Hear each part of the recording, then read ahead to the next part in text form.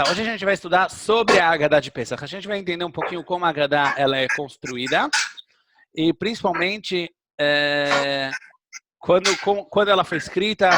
Será que a Haggadah de Pesach sempre existiu? Como é que se fazia o Seder antes de existir a Haggadah? E mais algumas coisas interessantes. Apesar de nós não estarmos ao vivo, as regras são as mesmas. Quer dizer, pode perguntar à vontade. Quando eu cansar, agora eu tenho um botão para poder deixar as pessoas em silêncio. Vamos lá. Toda vez eu vou ter que mudar esse negócio. Não, vai, eu vou tirar. Alguns fatos interessantes sobre a Haggadah de Pesach. A Haggadah de Pesach é um dos livros mais antigos da Torá oral, como a gente vai ver. Ou seja, a Haggadah de Pesach ela é pelo menos do tempo da Mishnah. A gente vai ver mais os detalhes sobre isso. Segundo, a Haggadah de Pesach é o livro da Torá oral com o maior número de comentários escritos logo depois do Talmud, centenas de livros. Todo ano tiram dezenas de explicações sobre a Haggadah de Pesach. É interessante esse fato, esse ponto de que a Haggadah ela tem tantas explicações, porque deve ser, eu explico isso dessa forma. O povo judeu se conecta muito com a Haggadah de Pesach. Essa, na verdade, a história da nossa história.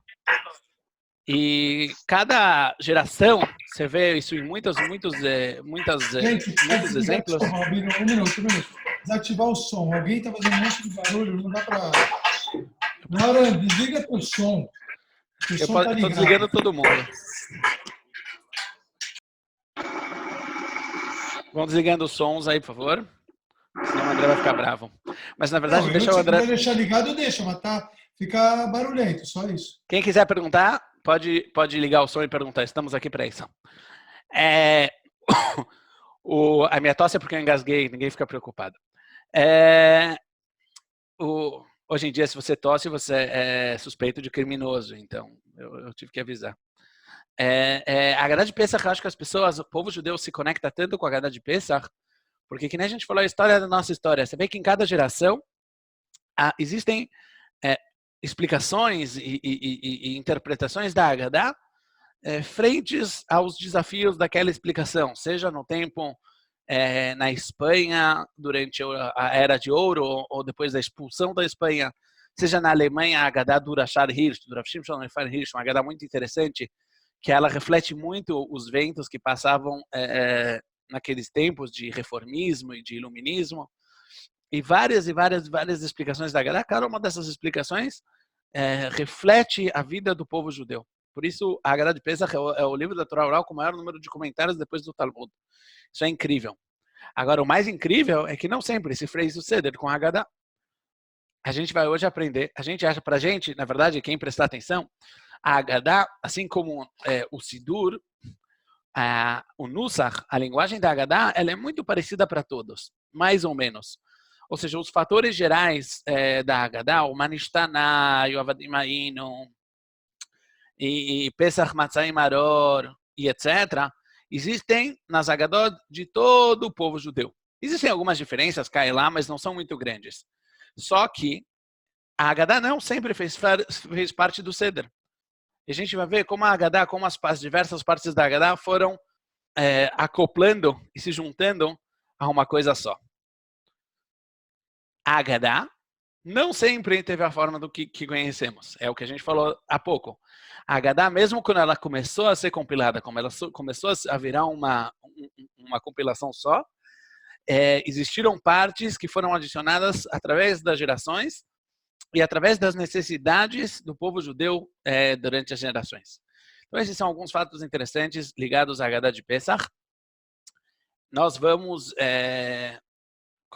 tentar se aprofundar um pouco no assunto, e quanto a gente conseguir hoje, tá ótimo. Vamos lá. Agora eu vou precisar mexer. Vamos conhecer um pouco da história do livro que conta a nossa história. Vamos lá. Antes de mais nada, antes da gente começar a Haggadah de Pesach, a gente precisa fazer uma pergunta muito importante. Quem disse que tem que ler a Haggadah de Pesach? Ou seja, quem falou que tem mitzvah de contar a história de Pesach na noite do Seder? Algum palpite? Não todos ao mesmo tempo. Se alguém quiser falar, vocês vão ter que tirar o computador do mudo. Eu vou ficar aqui. Para chá de Pesach, não, eu lembro de Shabbat Agadol, que não tem nada a ver com Pesach. Então, a minha pergunta é a seguinte: onde está escrito? Quem falou que tem que contar a história de Pesach na noite do Seder foi o Senhor, Deus, Hashem.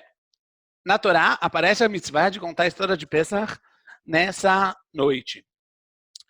Agora, a gente vai analisar que, na verdade, essa mitzvah ela tem dois formatos.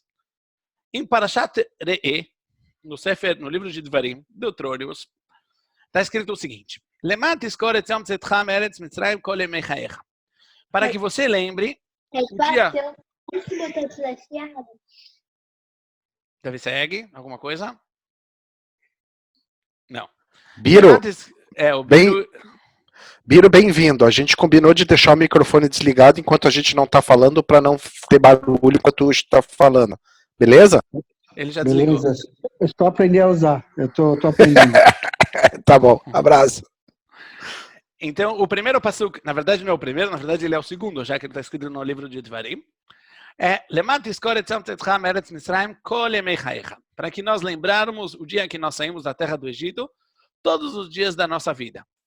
Porém, em Parashat Bo, a gente conhece um outro versículo, que lá está escrito o seguinte: você vai contar aos seus filhos, naquele dia, Leimor, dizendo,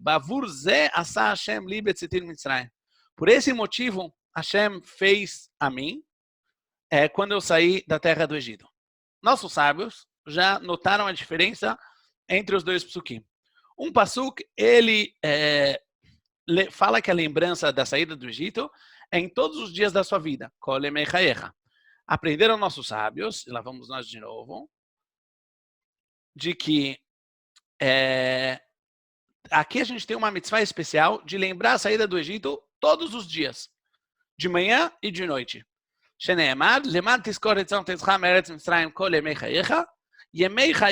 Os dias da sua vida são os dias, e quando a Torá usa kol, a Torá usa a expressão todos ele vem incluir mais alguma coisa. Não existe uma palavra à toa na Torá. Por isso, quando a Torá usa a palavra todos, ela quis dizer as noites. Daqui a gente sabe que temos uma mitzvah da Torá de lembrar a saída do Egito todos os dias e todas as noites. Agora vamos por outro lado. Do pastor da Parashat, a gente aprende que temos uma mitzvah especial de contar a história de Pesach na noite do Seder. Bechol dor vador. Alguma pergunta? Não. Bechol dor vador. Em cada geração, todo mundo que participou alguma vez de uma colônia de férias do Chabad tem que conhecer essa frase. Chayav adam lirot et atzmo. A pessoa tem que se ver como se ele tivesse saído do Egito.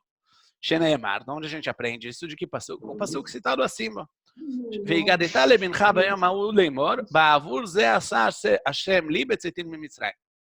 Agora a pergunta é bem óbvia. Se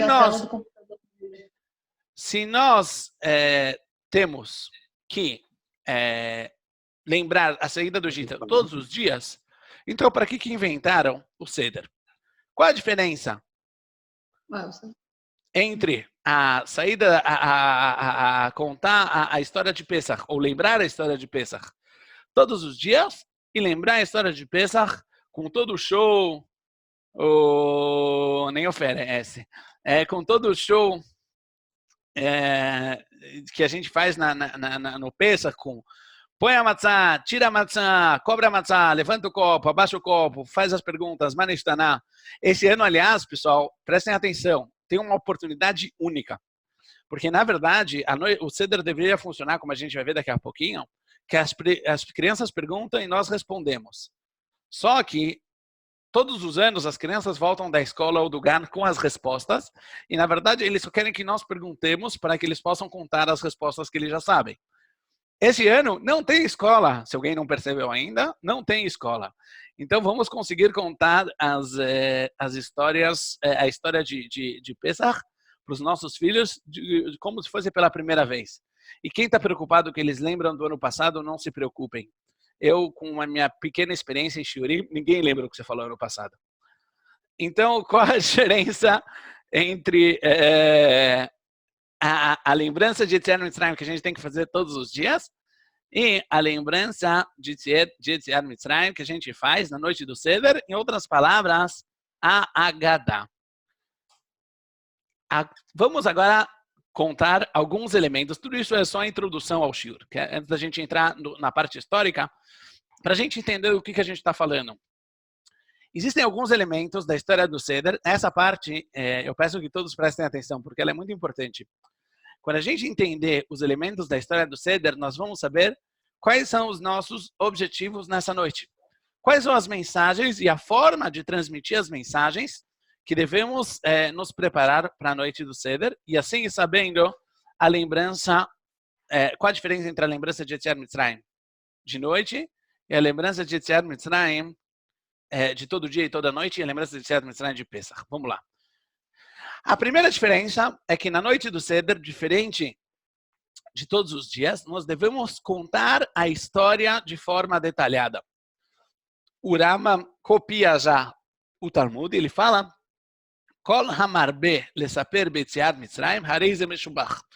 Quanto mais detalhes, quanto mais prolongado, enquanto você tenha ouvintes, obviamente. Não é para agora sentar e falar durante 4 horas e meia até botar todo mundo para dormir. Mas quanto mais prolongado, quanto mais extensa for a história da saída do Egito, na noite de Pesach é melhor. Por quê? Porque isso é uma história pessoal. Uma das perguntas muito famosas que a gente tem sobre a Haggadah de Pesach, na verdade é uma pergunta que todo mundo se pergunta todos os anos, durante mais ou menos meia hora depois que o Seder começou. A pergunta é a seguinte: por que leva tanto tempo para a gente comer a matzah? Nahon? Todo mundo chega no Seder, faz o kiddush, aí lava as mãos, sem netilat yadayim, come, cada um de acordo com o seu costume, uma batatinha, uma cebola, um salsão. E aí começa a faladeira. E vem uma nishtaná, e quem tem criança em casa, as crianças vão falando uma nishtaná. Por que leva tanto tempo para a gente comer? A resposta disso é a seguinte: já que nós estamos contando uma história pessoal, uma história nossa, como uma pessoa viu, digamos, o que vocês acham? A pessoa que vivenciou a saída do Egito. E ele senta agora numa refeição para contar essa história. Você acha que ele consegue comer? Ou antes ele precisa dar um sentido a tudo que ele vai comer? Com certeza, antes de mais nada, ele precisa explicar, ele quer falar, ele quer contar, saber o que ele vivenciou. Então isso, antes de mais nada, nos coloca como pais, como chefes de família, como quem agora tem a responsabilidade de passar para frente essa transmissão milenar, 3.500 anos isso vem sendo transmitido, de vivenciar a saída do Egito de forma total. 1 minuto, emergência, meu filho precisa da chupeta. You know where it is? Tem coisas muito importantes na vida. Então, a primeira diferença é o fato da história de Pesach ter que ser uma história detalhada, e nós temos que nos preparar para isso. A segunda diferença é que seja uma história pessoal. A gente viu que Hilu Yatzah Mitzrayim. A pessoa tem que saber, antes de mais nada, para a gente conseguir passar essa informação à próxima geração, nós temos que pensar e meditar sobre como nós nos conectamos com a saída do Egito. Onde isso é a nossa história.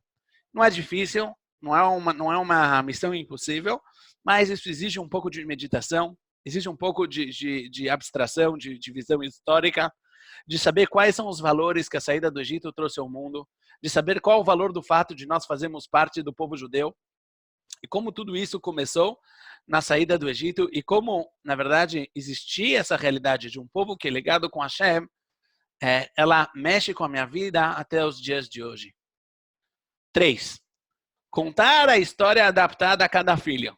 Né? Todo mundo lembra que na Haggadah, principalmente a Haggadah com os desenhos, Existem 4 filhos. Existe o filho Chacham, o filho inteligente.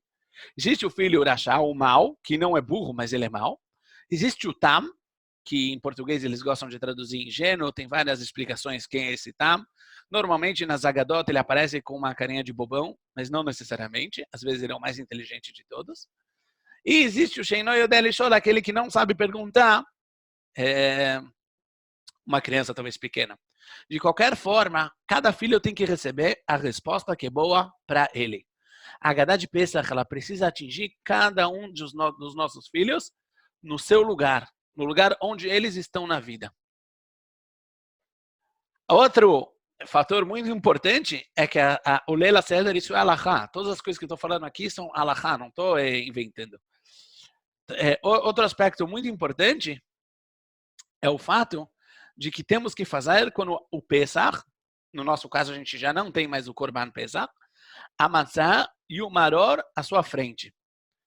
Por que não é suficiente só sentar e fazer um shiur de segunda sobre a saída do Egito?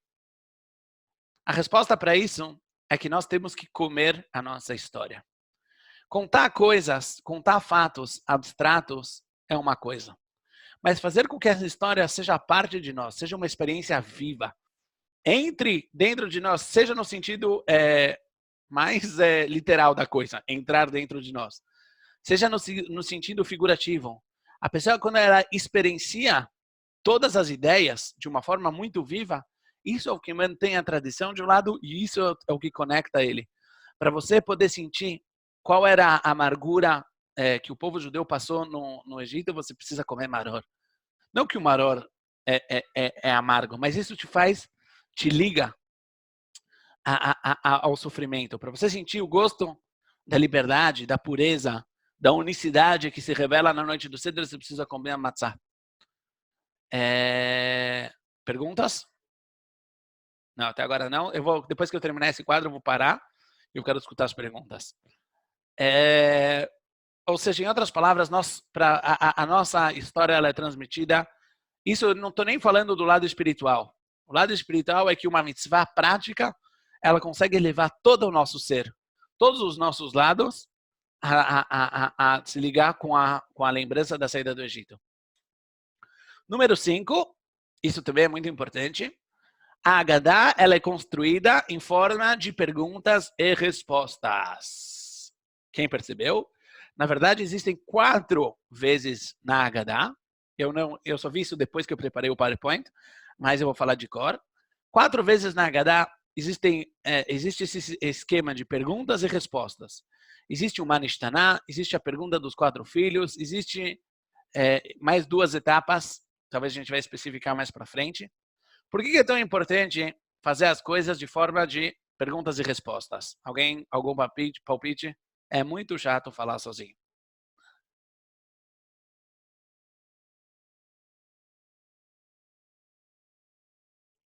Para ter uma interação com as pessoas, para todo mundo interagir. Bom. Mais alguma coisa? Ou da praia? Porque sempre a gente tem que estar lembrando, porque pode surgir outras coisas, porque sempre você tem que atiçar para que eles perguntem, para que eles saibam que foi para eles também. Muito não bom. Só... Muito bom. Muito bom. André, o fato dos filhos saber que tem que perguntar nos leva a se interessar pela verdadeira experiência da saída do Egito. Ou seja, uma coisa é sentar-se na mesa sem ter que perguntar nada, outra é saber que tem que perguntar. Muito bom. Eu vou resumir, na verdade, tudo o que vocês falaram. Se alguém quis dizer outra coisa, por favor, me pare. Mas, para a gente conseguir realmente envolver os nossos filhos à saída do Egito, isso precisa incomodar eles. Se não existe pergunta, você pode falar à vontade. A pergunta, ela abre o espaço para a resposta. A pergunta é o que está faltando, o que não está claro, o que me interessa, o que eu quero saber. Lá existe a resposta. Muitas das nossas ações durante o Seder, elas são feitas para despertar as perguntas, para despertar a curiosidade, para cutucar a criança, ou não precisa ser criança, aliás, pode ser adultos, a falar, mas por quê? Por que a gente vive dessa forma? Por que Pesach é tão importante? Por que a gente quer fazer parte disso tudo? Quando a pessoa ela faz as perguntas, existe um lugar para a resposta. Nós, como transmissores, temos a obrigação de despertar isso. E o último ponto que eu anotei aqui é também crítico, enfatizar o contraste entre o bem e o mal. Sempre na história da Haggadah, a gente precisa contar, tem o maror e tem a matzah. A gente precisa contar quanto faltava, quanto ruim é o mundo sem a saída do Egito, e quão bom ficou o mundo, ou quão melhor ficou o mundo, depois da saída do Egito. Aliás, isso tem dois aspectos. Existe o aspecto físico, prático, ou seja, ser escravo e ser uma pessoa livre, não ser um povo e ser um povo. Existe o aspecto espiritual. Qual era a cultura, qual era a ideia que vivia no mundo onde tudo era preso, tudo era limitado, e qual é a esperança que o povo judeu trouxe ao mundo? Esses 6 elementos, eles existem e eles precisam ser transferidos e transmitidos na história de Pesach. Isso até os dias de hoje, isso não mudou, isso tudo que está incluso na mitzvah de contar a saída do Egito. E a gente tem mais 10 minutos. Daqui 10 minutos, quando cair a nossa conexão, eu vou mandar novamente o link. Por favor, cliquem no link do WhatsApp e a gente recomeça de onde a gente parou, tá bom? Por que eu estou falando tudo isso se a gente decidiu que a gente não vai estudar a Haggadah? Eu estou falando tudo isso porque a gente vai começar a entender que no começo da nossa história, a Haggadah não existia. Porém, esses 6 elementos de como contar, a obrigação de contar a história de Pesach, ela sempre existiu e ela sempre tinha que ser construída a partir dessa base que a gente enfatizou, que a gente falou aqui. Então, indiferente se a gente tem uma fórmula fixa, como a gente tem hoje, ou se a gente não tem uma fórmula fixa, esses 6 elementos precisam... Alguém tem perguntas? Eu nunca falei tanto num shiur de segunda-feira por tanto tempo. Esse é um problema. Eu só falo ao vivo em cores. Senão eu fico mudo, eu não atrapalho o shiur. Eu acho que... André, desculpa. Oxi, o André agora está no Kotel. Ele está no Kotel, não pode falar. Acaba de passar aqui do lado e levantou a mão para mim ficar mudo, de verdade. André, você está saindo tendo, cara, daqui a pouco vão te prender, meu. Oxi. Eu ainda vou mudar de lugar para o shiur, porque eu estou me divertindo aqui. Eu fico feliz. Questão importante. Você fala em enfatizar a diferença entre o bem e o mal. Porque tem um lado ruim, que é você estar preso, você ser escravo, e o lado bom de você estar livre, porque a gente foi libertado naquele momento, certo?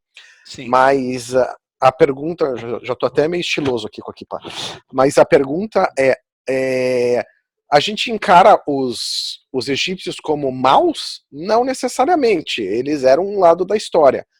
O ato em si da gente estar escravo, nós sofremos muito nas mãos deles. Na verdade, Luiz, você sempre faz boas perguntas. Quem faz a tua pergunta é Nachmanides, o Ramban, e ele pergunta o seguinte: olha, os judeus tinham que ser escravizados porque isso já foi dito a Avraham Avinu. Então, o que vocês estão culpando os egípcios? É uma ótima pergunta e ele tem um texto muito longo explicando isso. A gente não vai entrar agora nos detalhes porque isso é shiur para outra hora. Ainda bem que o André já desceu do monte e voltou para o Kotel. Tá fechado lá também. Tá fechado lá também. A Laxa tá fechada. Baruch Hashem, você vê que tem coisas boas que saem desse corona. Meu Deus, segura. Cadê o Willy? Cadê o Willy, cara? O Willy tá trabalhando, meu. Alguém tem que fazer isso. Tem mulher no shiur? Tem. Gente, foi um grande prazer participar, mas eu tô indo embora. É um shiur tchau, foi um prazer. Tchau, tudo de bom, viu? Tchau, até logo, passe bem. Eu juro, daqui a pouco eu vou no shiur de mulheres. Pô. Na verdade, você foi. André, não vou contar pra ninguém, mas hoje às 6 da tarde você estava. A Cláudia está aqui também. Espera um minuto, eu preciso falar uma coisa. a nossa sinagoga de hoje em diante não é mais uma sinagoga tradicional. Nós agora, tudo vai tudo. Não é a Gladys. Olha, tá nunca bom. teve uma mechitza tão boa para um shiur quanto esse, eu vou te falar. Eu não escutei, Deus Cláudia. do céu. A Vou Cláudia até ligar de Carnivale lugar. está aqui Com também. prazer. Ficamos muito felizes com a presença de todos e todas. Isso aí. E que ninguém se assuste, é assim mesmo. Então, mas... Carla, Oi? nós gostamos muito de você, tá bom? Fica tranquila, é só para fazer um escândalo. Eu sei. Tá bom. Mas eu Depois vou vocês embora. continuam. Tchau. Luiz, voltando à tua pergunta, para resumir, e não sem entrar no assunto, o Egito, de 3.500 anos atrás, é a consumação... É a consumação de toda uma cultura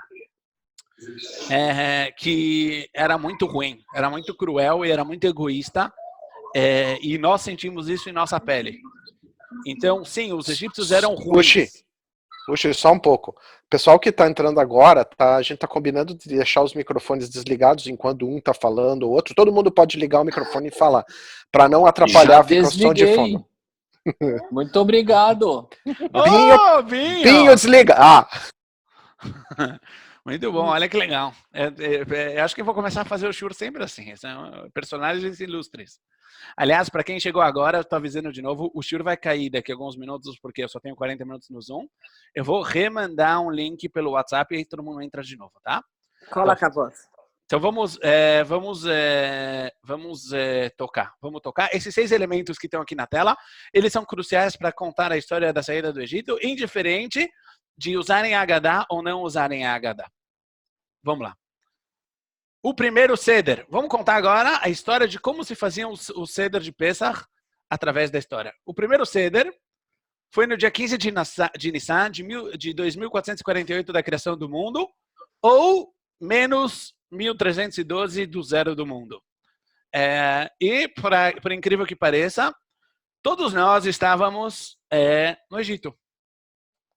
No primeiro Korban Pesach, o primeiro Seder foi o sacrificar do Korban Pesach, o Cordeiro de Pesach. Aliás, esse sacrifício ele é muito central na noite do Seder. A gente hoje faz algumas centenas, para não dizer milhares de anos que nós não trazemos o Korban Pesach.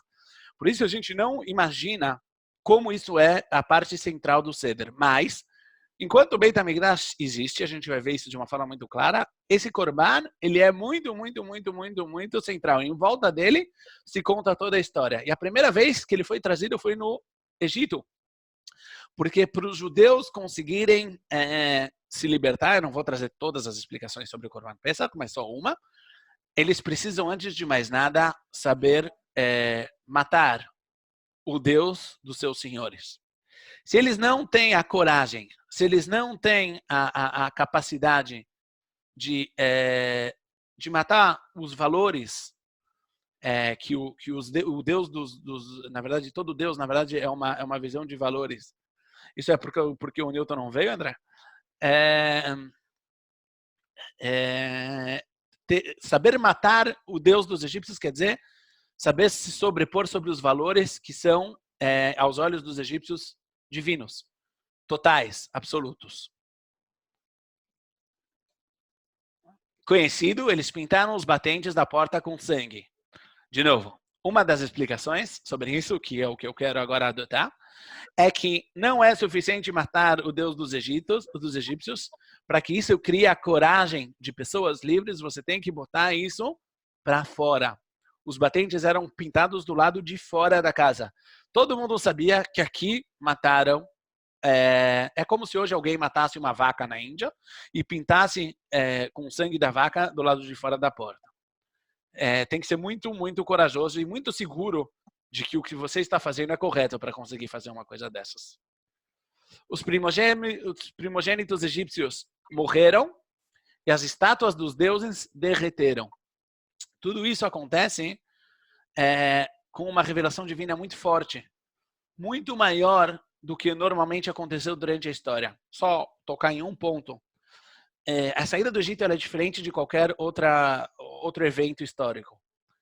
Porque, normalmente, nós somos capazes de captar de acordo com a nossa preparação, de acordo com a nossa aptidão. Mesmo depois, quando a gente teve Beit HaMikdash, a presença divina era algo muito mais palpável do que era hoje, a gente consegue captar de acordo com quanto nós podemos dizer assim, se a gente sintonizar no canal certo, a gente vai conseguir escutar o rádio. Se não sintonizarmos, vai ser mais difícil. Na saída do Egito, na noite da saída do Egito, essa regra não é válida. Na noite da saída do Egito, Deus se revela no egípcio sem a menor aptidão por parte do povo judeu. O povo judeu, no final das contas, é um povo de escravos que ainda não conseguiu. Talvez nessa noite eles sairiam do Egito, mas vai levar bastante tempo para o Egito sair deles. E Hashem se revela mesmo assim, quebrando todas as regras. Nessa noite também eles comem o Korban Pesach vestidos para a viagem, porque eles vão sair. E, um fato muito importante, nesse ano não se contou a história da saída do Egito. Quem sabe por quê? Porque não tinha saído ainda. Muito bom. Porque eles não tinham saído do Egito ainda. Eles ainda estavam esperando sair do Egito. Um outro ponto interessante, a gente sabe que uma das partes principais da Haggadah é o Halel. A gente fala o Halel na noite de Pesach. Na Hora, a gente divide o Halel em dois. Antes de comer a matzah, a gente fala 2 capítulos. E depois de comer o Afikoman, a gente continua, depois do Birkat Hamazon, a gente continua o Halel para quem chega lá todo ano. O Hazan do Halel de Pesach era Faraó em pessoa. Assim como o Midrash, que Faraó saiu nas ruas depois que todo mundo começou a morrer lá na terra dele. E ele foi procurar Moshe Rabbeinu, fazer uma história longa, curta, ele não encontra Moshe Rabbeinu. Até que ele sim, no final das contas, depois de muita procura, Moshe Rabbeinu falou, olha, se você quer que as pessoas parem de morrer, você precisa libertar o povo. Aí ele falou, como é que eu faço isso? Ele falou, grita de forma bem alta que vocês estão livres, os judeus estão livres. Conta o Midrash, aconteceu um milagre e a voz de Paró foi escutada em toda a terra do Egito. E Paró fala assim, eu vou falar em português, mas no final eu vou falar em hebraico, porque essa é a conexão com o Halel. Paró fala, vocês não são mais escravos de Paró. Vocês, a partir de agora, são escravos de Hashem. Halelu avdei Hashem. Louvem, escravos de Hashem. Quem olhar no Halel, o nosso Halel, de todos os dias, de todas as vezes que a gente fala Halel, seja quinta-feira Rosh Chodesh ou na noite do Seder, começa com essa frase de Paró. Halelu avdei Hashem. É exatamente nesse ponto, nessa noite, primeira noite do Seder, que a gente passou de ser escravos escravos também é um conceito, a gente dá um churro sobre isso, o que quer dizer ser escravo? Mas a gente passou, a pessoa, todo mundo, todos nós, recebemos de alguma ideia, captamos alguma ideia. A pergunta é qual é a ideia? E nessa noite a gente passa a fazer parte do infinito. Esse foi o primeiro Seder. Durante 40 anos no Egito, Am Israel não fez Korban Pesach, mas provavelmente eles sim contavam a história da saída do Egito. A gente vai pular essa parte e vai começar Seder no tempo do primeiro Beit HaMikdash. As datas aqui que aparecem embaixo, o primeiro Beit HaMikdash é de 2488 a 3338, isso é da criação do mundo. Não é exato. Essa época, desde a entrada do povo de Israel na terra de Israel, até a destruição do primeiro templo. Porém, para o povo realmente construir o Beit HaMikdash, levaram 400 anos. Quer dizer, se aqui a gente tem uma área que dá por volta dos 850 anos, então a gente pode falar que 450, 430, sem Beit HaMikdash, 410, 420 com o Beit HaMikdash. Eu não lembro as datas exatas agora. Vocês me perdoem, por favor. De qualquer forma, quando o povo entra na terra de Israel, já se começa a sacrificar o cordeiro pascal. E o Pesach, ele tem uma outra forma. Duas coisas são muito centrais. A primeira é que todo o povo, o Corban Pesach é uma mitzvah de cada indivíduo do povo. Ou seja, na noite de Pesach, todo o povo judeu inteiro se reunia em volta do Mishkan e depois do Beit HaMikdash. Cada grupo se juntava quanto dava para comer de um cordeiro e depois eles levavam, depois que sacrificavam o cordeiro no Beit HaMikdash, cada um levava para um lugar pré-determinado, para uma casa ou para uma tenda pré-determinada, e lá se sentava e se comia o Corban Pesach e se contava a história de Pesach. Fala. Antes do primeiro Beit HaMikdash, era permitido fazer Corban fora do Beit HaMikdash, é isso? Era permitido fazer Corban fora do Beit HaMikdash, Corbanot pessoais. O Corban Pesach não é um Corban pessoal, é um Corban obrigatório. Ele tinha que ser feito, mas existia Mishkan. Antes do Beit HaMikdash ser construído, nos 400 anos desde que o povo entrou na terra de Israel até construir o Beit HaMikdash, existiram o Mishkan, que estava no deserto com eles, ele foi reconstruído em dois lugares, um em Shiloh e outro em Nevó, se não me engano. Mas agora me fugiu. Mas o Mishkan servia como Beit HaMikdash e o Corban Pesach era feito no Mishkan. O Corban Pesach não pode ser feito em qualquer lugar. Enquanto o povo ia para Jerusalém sacrificar o Corban Pesach, se falava o Halel. Entrava todo mundo que conseguia entrar, fechavam as portas, as pessoas começavam a fazer o Corban. Enquanto isso, eles falavam o Halel. E a Gemara em Masechet Sukkah conta que eles conseguiam falar o Halel 2 até quase 3 vezes enquanto se fazia. Devia ser uma experiência que é única. Então a gente falou, eles se juntavam em casas e cada pai contava ao seu filho em sua própria linguagem, seguindo os critérios da história. Nessa época, por enquanto, não existe uma Haggadah. Cada pai ele deveria saber os critérios, qual é a história que ele precisa contar e como essa história tem que ser. E essa história ele deveria transmitir aos seus filhos.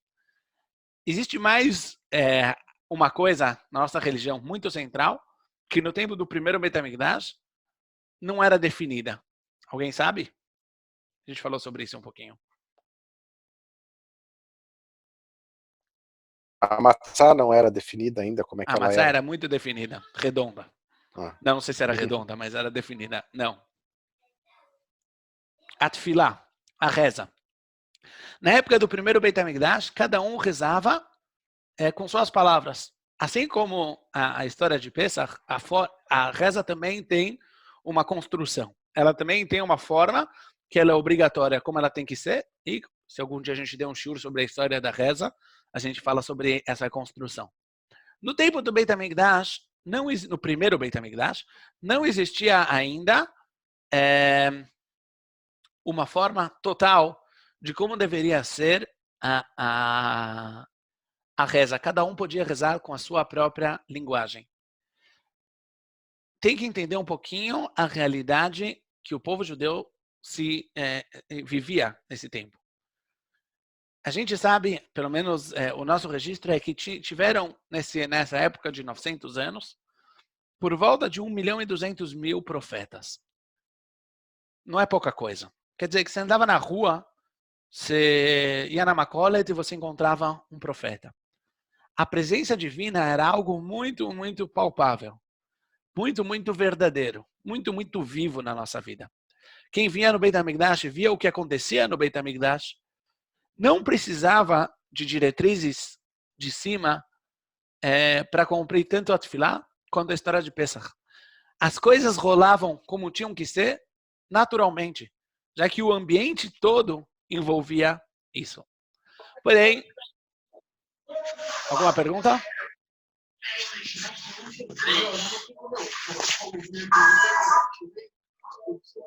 Volta e pergunta se alguém tem alguma pergunta. Não. Tá bom. Só que isso não se durou muito. No ano. Eu venho. No ano 3.338 da criação do mundo, eu não lembro agora a data antes do zero do mundo, o Beit HaMikdash é destruído, o povo judeu vai para Galut, vai para o exílio da Babilônia, 70 anos. Lá acontece a história de Purim, e quem quiser, tem uma ótima série sobre a história de Purim no canal do YouTube. Não, tô brincando. Agora a gente está em Pesach. Quando o povo judeu volta da Babilônia, a situação, em vários e vários aspectos do povo, ela não é nada boa. Antes de mais nada, o povo, quem voltou da Babilônia foi só a Halé. Quer dizer, toda a elite estava muito bem obrigado e ficaram na Babilônia. Aliás, dessa elite não sobrou muita coisa depois. Quem voltou para a terra de Israel foi a Halé. Foram as pessoas menos importantes e socialmente, economicamente e, inclusive, religiosamente. A gente tem, no livro de Ezra, registros de como as pessoas que voltaram da Babilônia eram pessoas, de um lado, egoístas, pessoas muito pequenas, muito mesquinhas, e, de outro lado, eles eram também muito afastadas. Lá ele fala sobre gente que eram casados, não pouca gente, muita gente, inclusive Kohanim que serviu no Beit HaMikdash, que eram casados, casamentos mistos, com Goim, com não-judeus. Esse era o nível. Isso de um lado, e de outro lado, a incerteza. O povo judeu, mesmo voltando da Babilônia, não é independente. Ele ainda depende do governo persa, depois do governo grego, por teve um período, o tempo dos Hashmonaim, que eles eram um pouco mais independentes, mas o grande líder da época, chamado Ezra Sofer, que ele também era o Kohen Agadol, ele viu que essa situação do segundo Beit HaMikdash não é mais o que era. Não é mais o que era no tempo do primeiro Beit HaMikdash. Por isso, ele pegou o Sanedrin, que é o Supremo Tribunal, e ampliou ele. Ele funda o que a gente chama de Anshei Knesset Agdolah. Anshei Knesset Agdolah é uma ampliação do Sanedrin de 71 sábios para 120 sábios. Por que ele fez isso? Para ganhar autoridade. Já que as medidas que ele vai tomar nessa ocasião são medidas muito drásticas e ele precisa ter atrás dele uma grande costas, ombros bem largos. Aliás, entre esses 120 sábios, a gente tem mais ou menos 20 ou 30 profetas que ainda sobraram desde o tempo do primeiro Beit HaMikdash, e depois de Anshei Knesset Agdolah, a gente já não encontra mais a profecia no povo judeu. Pessoas que fizeram parte, sem Haggai, Malachi, Zechariah, Mordecai, da história de Pesach, e outros. Aliás, um pouco de atualidade, o Knesset tem 120 cadeiras, porque Anshei Knesset Hagdolah tinham 120 sábios. Eles fizeram várias medidas. Eles tomaram várias medidas que são medidas provisórias para manter o povo judeu e para começar a unificar a Torá. Se tudo era muito óbvio no primeiro Beit HaMikdash, nada mais é óbvio no segundo Beit HaMikdash. A gente falou sobre isso quando a gente falou nas nossas aulas de Torá oral. Eles fazem um fechamento do Tanakh, ninguém mais pode entrar, e outras coisas. Eles definem a Tefilá. Isso é o que importa para a gente agora. O que a gente conhece hoje como Tefilá, pelo menos a base, o esqueleto, foi definido por Anshei Knesset Agdolah. Tem muita base de falar que as primeiras definições do que a gente conhece como a Haggadah de Pesach também foram definidas por Anshei Knesset Agdolah. Ou seja, da mesma forma que a reza já não era mais livre, já não era mais dada a escolha de cada um, porque se fosse assim ela ia se perder, a história de Pesach, para poder manter os seus fatores e os seus elementos, ela começou a tomar uma forma definida. Haggadah no tempo do segundo Beit HaMikdash. Enquanto havia Beit HaMikdash, o Korban Pesach ainda era o centro da noite de Pesach, como a gente explicou. Na época do segundo Beit HaMikdash, temos os primeiros registros de partes da Haggadah que conhecemos. Daqui a pouco a gente vai citar algumas delas. Quem realmente trouxe a Haggadah como eu pedi, eu sei que ninguém, mas reconhecer pelo menos alguns trechos e que a gente já vê, por exemplo, no tempo dos Hashmonaim. Os Hashmonaim são os carinhas de Hanukkah. Eles têm registros desse tempo, dessa época, de partes da Haggadah que a gente já conhece. Ou seja, os primeiros textos que nós fazemos até hoje começam a aparecer nessa época. Eles também instituíram os 4 copos para propagar o milagre. Existem registros da época dos Hashmonaim. E tem aqui uma citação, eu trouxe ela em aramaico, já que todo mundo aqui é fluente. Mas é uma citação que ela aparece tanto no Talmud babilônico como o Talmud Yerushalmi, da Terra de Israel, que ela espelha muito o que acontecia. Fala assim, Pischa Kezeita, se comia um Kezait, que é por volta de 27 gramas do Korban Pesach, Vehalela Mitbar Agria. E eles faziam um halel a ponto de quebrar, de baixar o teto, como se diz. Como se diz em inglês, bring the house down. Muitas vezes eles comiam o Korban Pesach nas casas. Não exatamente nas casas, no telhado das casas. Era a sacada do templo. Aliás, é muito relevante na nossa época, quando a pessoa comia o Korban Pesach, era proibido tirar o Korban Pesach da casa. Lembra alguma coisa? E eles comiam um pouquinho do Korban Pesach, mas a festa e a canção em volta do Korban Pesach era de quebrar o teto. E a gente também tem registros de músicas que se cantavam. Eu trouxe aqui um trecho da Haggadah que a gente sabe que existe nessa época já.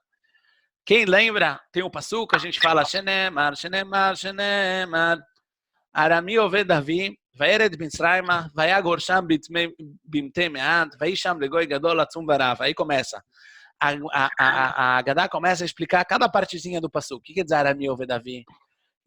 O arameu que perseguia o meu pai, Vayered Mitzrayma, que ele desceu para Mitzrayim, uma família de 70 pessoas, Vayagor Sham Bimte Me'at, e assim por diante. E esses registros a gente já tem na época do segundo Beit HaMikdash.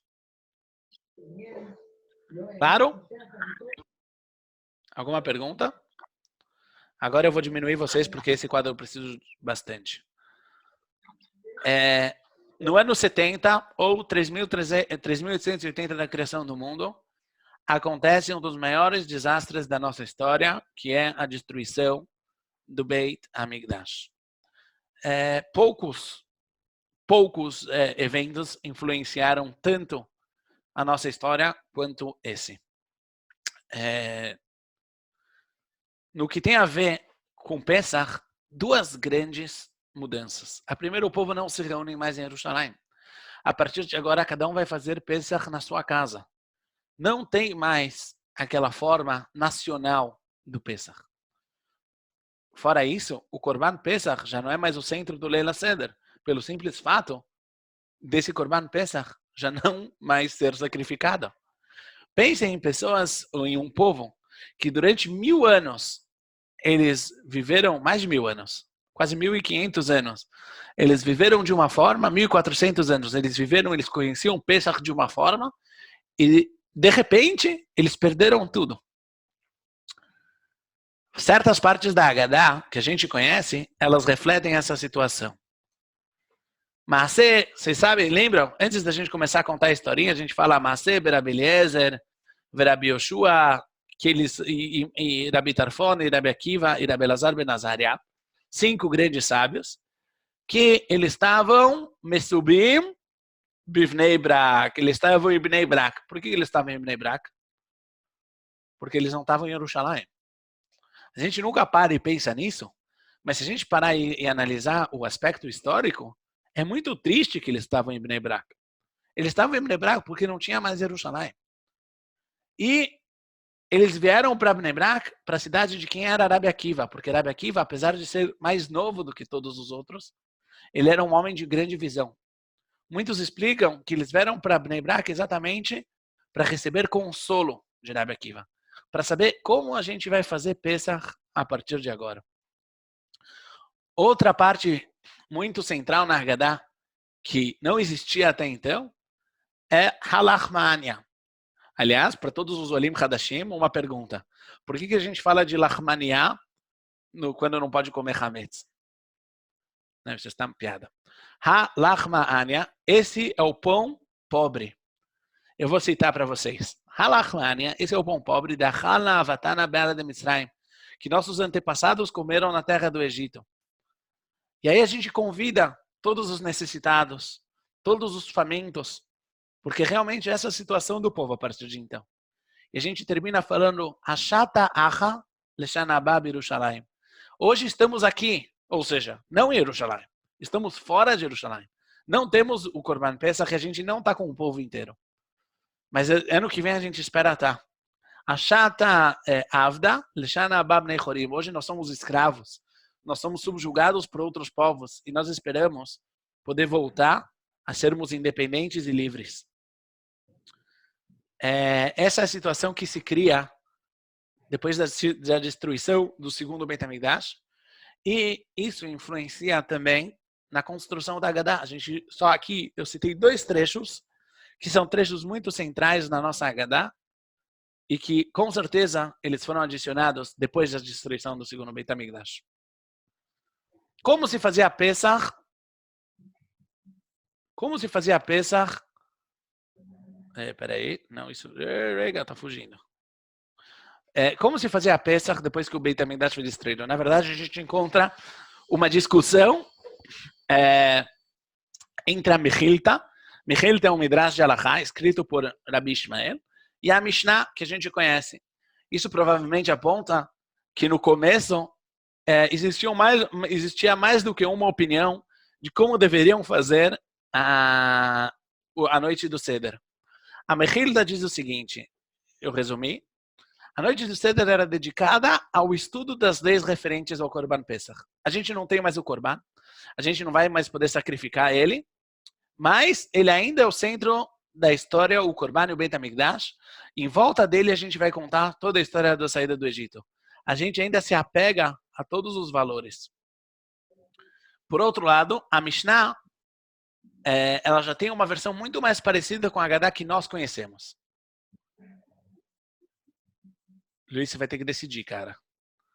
Ou vai ou fica, meu. No último capítulo do Tratado de Psachim, temos uma descrição do Seder que já é muito parecida com o que conhecemos. Realmente, a versão da Mishnah da noite de Pesach que prevaleceu até hoje. Eu trouxe essas 2 opiniões, se a Mechilta não é prática ainda, por que eu trouxe? É para entender um pouquinho o que aconteceu na época. Eles tinham que decidir algo que ia influenciar para toda a história. É muito, muito central essa pergunta. Fato é que muitos de nós, um dos Hagim mais lembrados e mais centrais na nossa vida é o Pesach. Sentar com toda a família, e cada família tem o seu Pesach, a sua tradição. Tudo isso é talvez um dos grandes motivos que manteve o povo judeu talvez vivo. Uma das grandes forças. E essas decisões eram as decisões que eles tinham que tomar. Alguém tem alguma pergunta? Eu não aguento mais me ouvir. Conta uma piada. Fala alguma coisa. Tá difícil. Vamos lá. Eu tô vendo que hoje tá. Não, mas esse Pesach, todas essas, tudo que a gente aprendeu até hoje, esse Pesach vai ser completamente diferente de tudo que a gente já viveu. Nahon. De certa forma, Carla, o nosso Pesach vai ser muito parecido com o Pesach no tempo do Beit HaMikdash. A gente não vai ter o Korban. Exatamente. Mas a gente não vai poder sair de casa. A gente vai ter Sim, que... E a gente não vai estar unido com as nossas famílias. Cada um vai estar com o seu pequeno sua pequena familiar. Célula. Sua pequena célula. Aliás, exatamente. Já que você tocou nesse ponto, eu quero falar uma coisa muito importante. Para quem ainda não sabe, nós somos parte de uma nação. Nós somos parte de um povo. Normalmente, a gente costuma pensar que cada indivíduo, cada pessoa particular, o monte dos indivíduos juntos, eles compõem o povo. Só que no povo judeu não é assim. A unidade desse coletivo não são pessoas particulares, são famílias. Assim a gente encontra na Torá que o povo judeu ele é contado Lemishpechotam lebeit avotam, de acordo com suas famílias. Famílias, a nossa família íntima, essa é a nossa unidade. A pessoa, quando a gente está junto com a nossa família íntima, que agora, quer a gente goste, quer a gente não, é o que estamos fazendo agora. Na verdade, nós estamos voltando a nos ligar. Cada um de nós não é nem um inteiro sozinho. Sem a nossa família, nós não somos metade, no melhor dos casos. No melhor dos casos, para não dizer menos. O todo, o nosso é só as nossas casas. Então, apesar de todas as dificuldades e não é fácil, essa é uma hora que todo mundo está falando isso, eu acho que é muito verdade. Temos uma oportunidade. A nossa rotina já foi quebrada. Está na hora de quebrar os nossos hábitos. Tudo que a gente sempre quis mudar, vamos usar agora. Vamos mudar agora. Fecha parênteses, corona. Vamos lá. Exatamente. A gente citou a Mishnah. Eu quero agora trazer para vocês algumas citações da Mishnah que eu quero ver quem reconhece elas no nosso Seder. Eu vou lendo e traduzindo, tá bom? Eviu lefanav mitbal bechazeret. Se trazia algo para mergulhar junto com a chazeret. Chazeret é o maror. Fora isso, eu não trouxe as Mishnayot inteiras porque elas são muito longas. Eviu lefanav matzah. Traziam na frente das pessoas.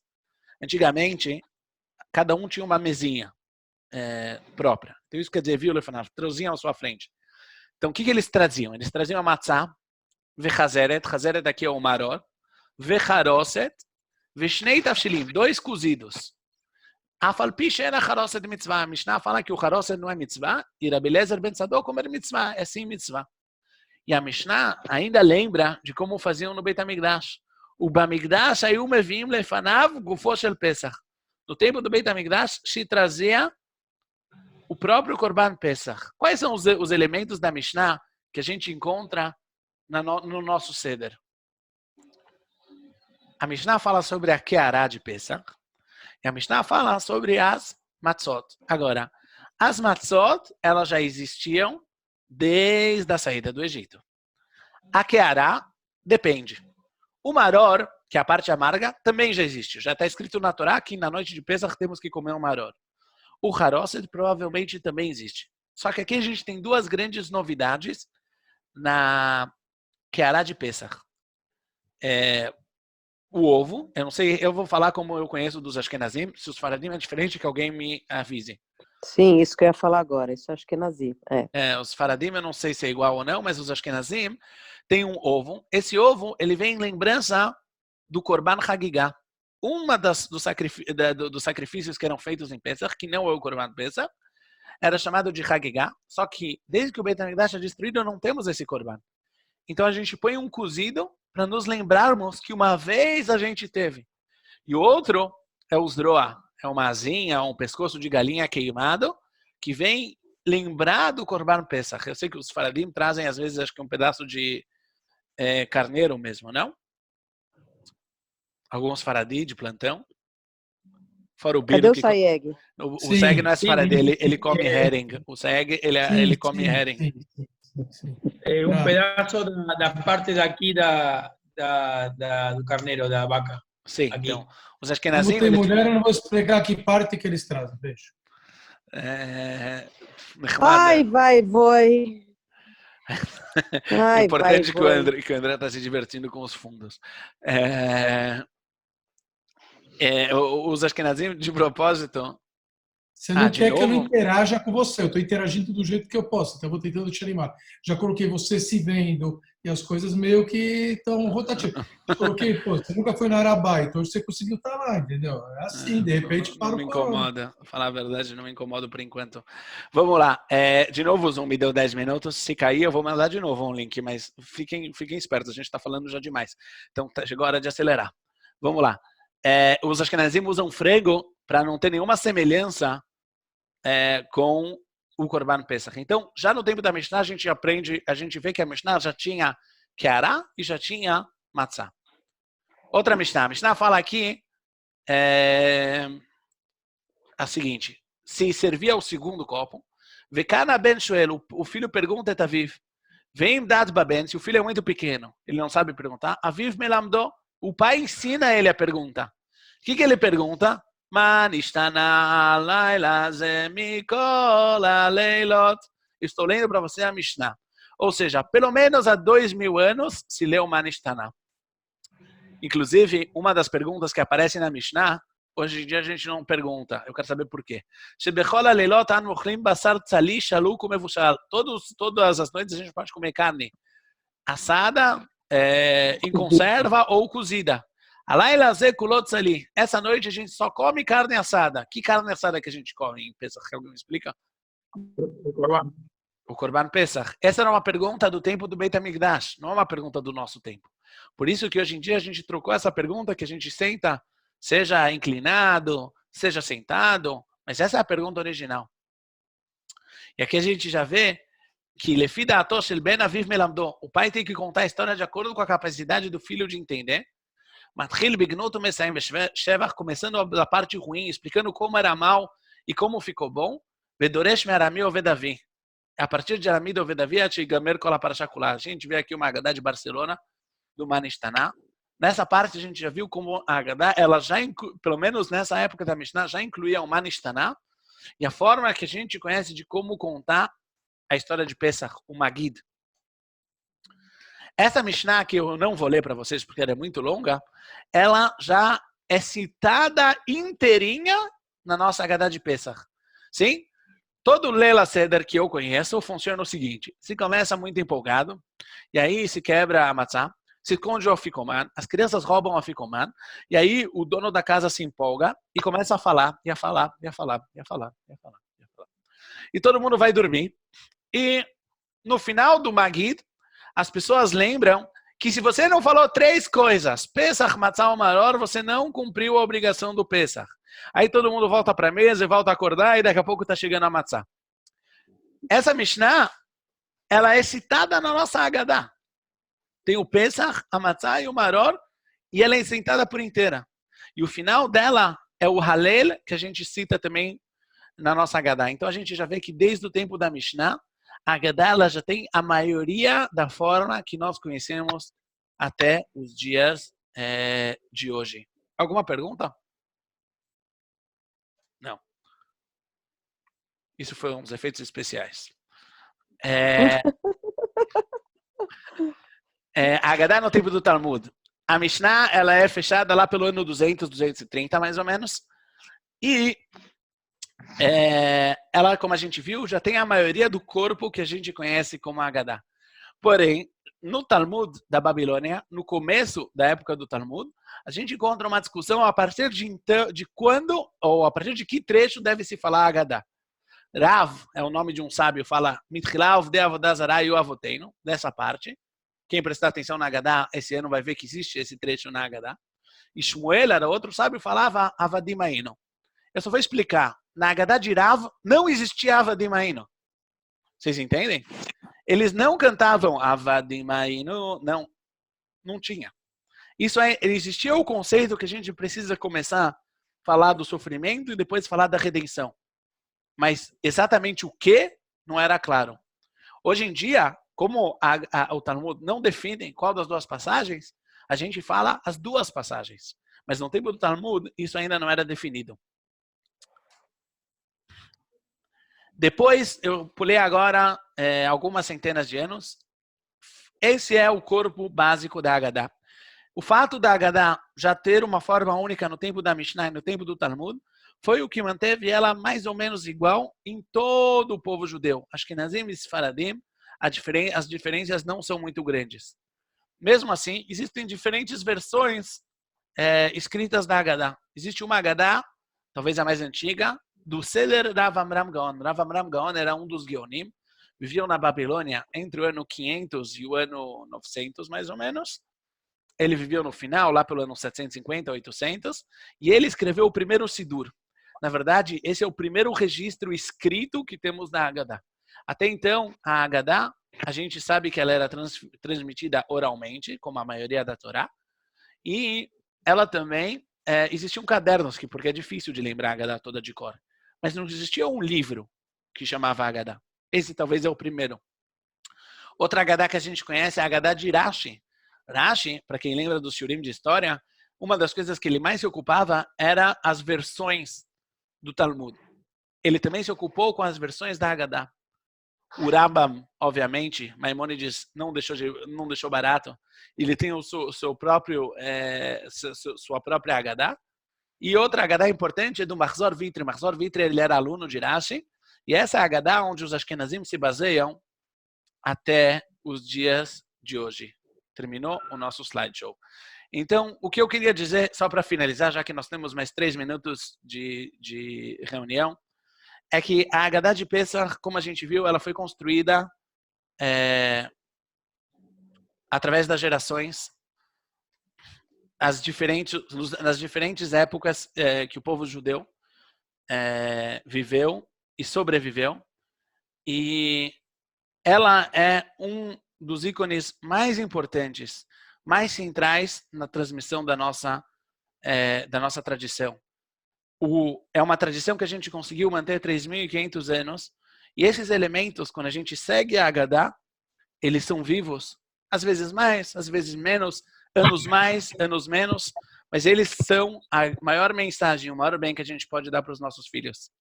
Eu agradeço a presença de todos, aconselho a todos darem uma estudada na Haggadah, já que não tem muito o que fazer. E foi um prazer. Se Deus quiser, semana que vem, vejo a todos novamente. Um abraço.